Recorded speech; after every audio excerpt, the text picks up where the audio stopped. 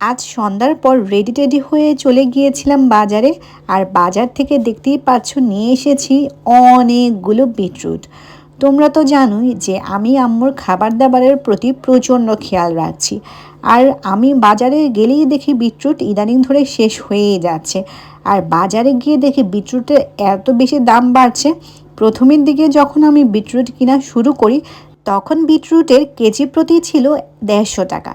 But কিছুদিন ঘুরতে না ঘুরতেই এখন দেখি 250 টাকা কেজি হয়ে গিয়েছে। যেহেতু হচ্ছে আম্মুকে প্রতিদিনই 1 গ্লাস বিটরুটের জুস খাওয়াতে হয়, তাহলে সামনে যদি দাম আরও বেশি বেড়ে যায় তাহলে তো অনেক বেশি সমস্যা হয়ে যাবে।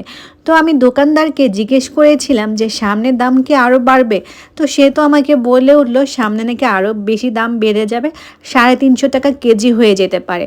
তো সে কথা চিন্তা করি তো ভয় পেয়ে গেলাম। 350 টাকা কেজি হয়ে গেলে তো অনেক বড় সমস্যা। আর বিটরুট কিন্তু একটু ভার হয়ে থাকে, 4-5টা বিটরুটেই কিন্তু 1 কেজি হয়ে যায়। তাই আমি চিন্তা করলাম দাম বাড়ার আগে আগেই আমি কেননা হচ্ছে ওনার কাছ থেকে বেশি করে বিটরুট নিয়ে যাই।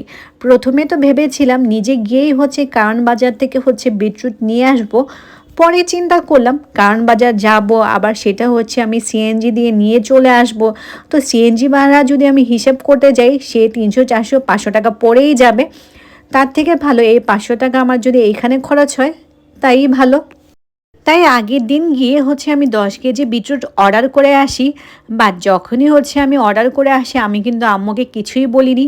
বাসায় আসার পর আম্মু তো আমাকে অনেক চিল্লাচিল্লি, অনেক ধমকাধমকি, কেন আমি এতগুলো বিটরুট অর্ডার করেছি।